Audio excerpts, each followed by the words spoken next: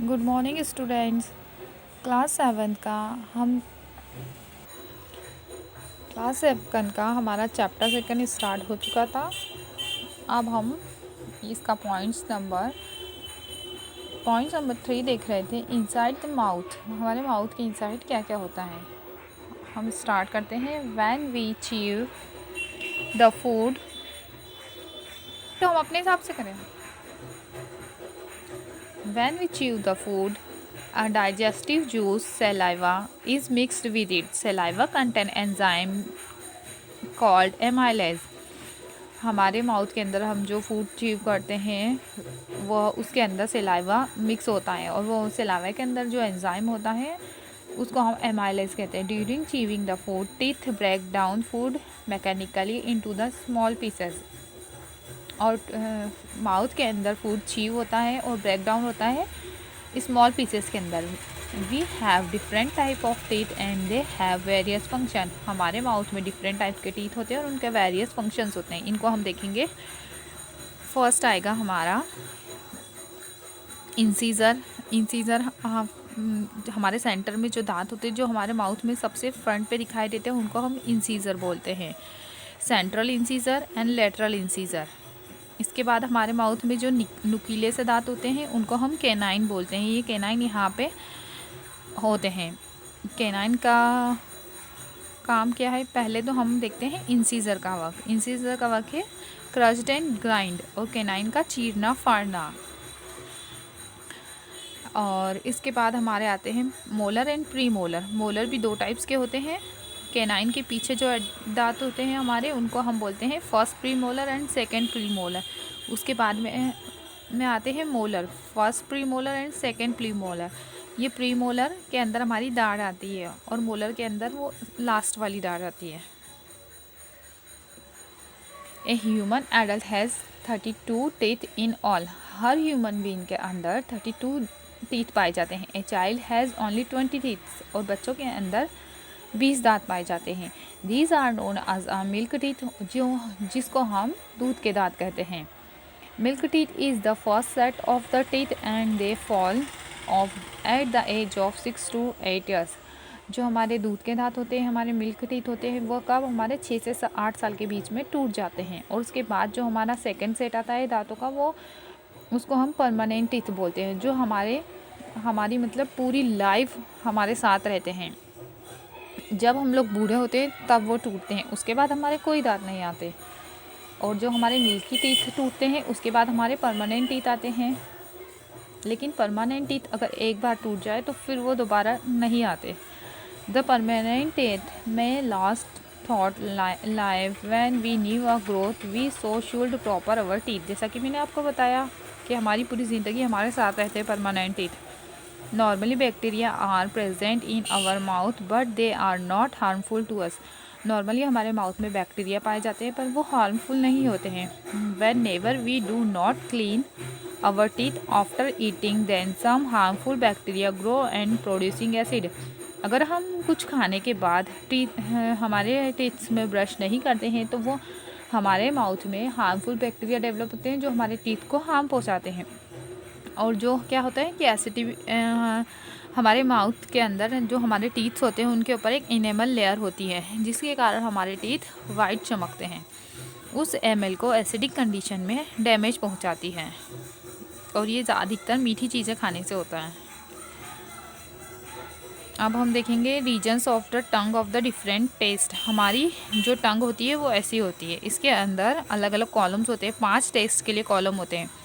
आगे जो सबसे हमारा फ्रंट के ऊपर जो हमारी अगर हम एकदम से टच करते हैं तो हमको नमक का टेस्ट सबसे पहले क्यों आता है, सबसे ज़्यादा क्यों लगता है तीखा, क्योंकि सबसे आगे हमारे लिए नमक का होता है। और साइड में दो ही साइड हमारा सॉर टेस्ट होता है। सॉर मतलब खट्टा, और बीच में कोई भी अदर टेस्ट बर्ड होती है, और लास्ट में बीटर कड़वा। कड़वा टेस्ट हमको सबसे लास्ट में फील होता है। Our tongue is a muscular organ that help to eat food. हमारी टंग क्या होती है कि एक मस्कुलर ऑर्गन होती है जो कि हमारे फूड के अंदर उसको खाने में हेल्प करती है। It push food inside the mouth, वो माउथ के अंदर फूड को पुश करती है। Also help to mix the food with saliva.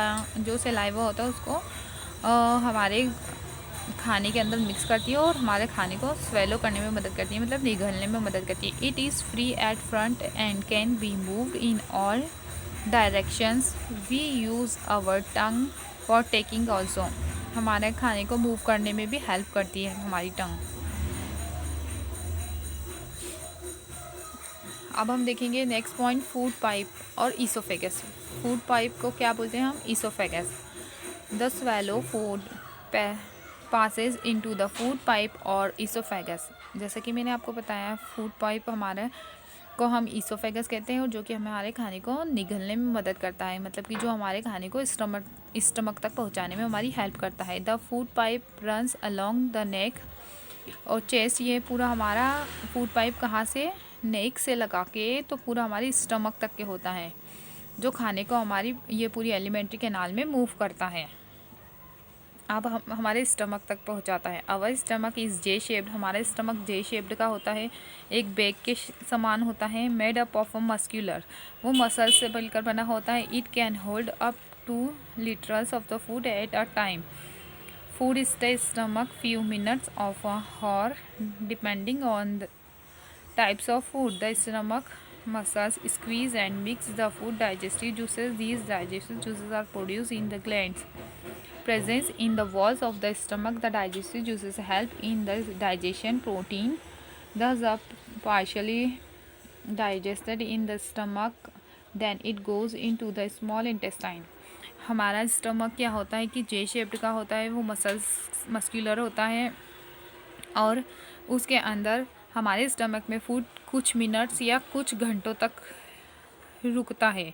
ये डिपेंड करता है कि हमारे खाने के ऊपर कि हमने कितना लाइट खाना एब्जॉर्ब किया है, कितना हेवी खाना, कि उसका डाइजेशन होने में कितना समय लगता है। कि कोई फूड ऐसा होता है लाइट होता है जो जल्दी डाइजेस्ट हो जाता है, कुछ हेवी फूड होता है जिसको डाइजेशन होने में समय लगता है। और इसके अंदर क्या होता है, स्टमक में डाइजेस्टिव जूस मिलते हैं फूड के अंदर और वह उनका डाइजेशन होता है। डाइजेस्टिव ग्लैंड के थ्रू आते हैं ये enzymes.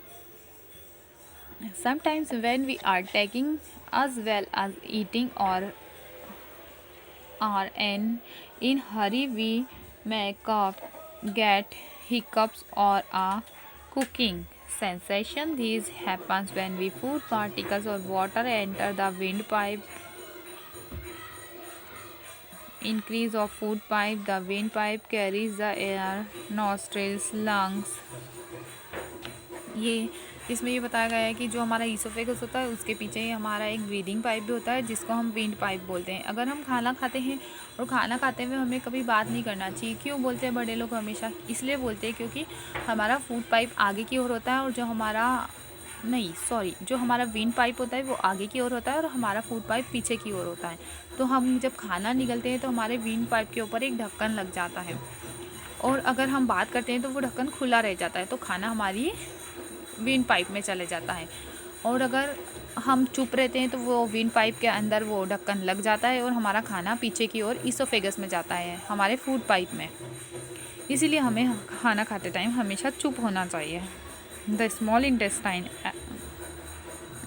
As the food leaves our stomach little by little in the entire wind tube binding tube below it cause the small intestine her the step of. जैसे कि मैंने आपको पहले बताया था कि स्मॉल इंटेस्टाइन बड़ी होती है, कम से कम 7.5 से 8 मीटर लंबी होती है। और इधर हम देख रहे हैं साथ में ही लार्ज इंटेस्टाइन। हम small intestine and large intestine को साथ में समझ रहे हैं। जो हमारी स्मॉल इंटेस्टाइन होती है वो ज़्यादा लंबी होती है और लार्ज इंटेस्टाइन उसके कंपैरिजन में छोटी होती है। स्मॉल इंटेस्टाइन 7.5 से 8 मीटर लंबी होती है और लार्ज इंटेस्टाइन 1.5 से 2 मीटर लंबी होती है। लेकिन हम उसको स्मॉल इंटेस्टाइन बोलते हैं। क्यों? क्योंकि उसकी जो वॉल्स होती है, जो उसकी थिकनेस होती है वो कम होती है और लार्ज इंटेस्टाइन की थिकनेस और वॉल्स जो होती है वो लार्ज होती है। इस कारण से हम उसको लार्ज इंटेस्टाइन बोलते हैं।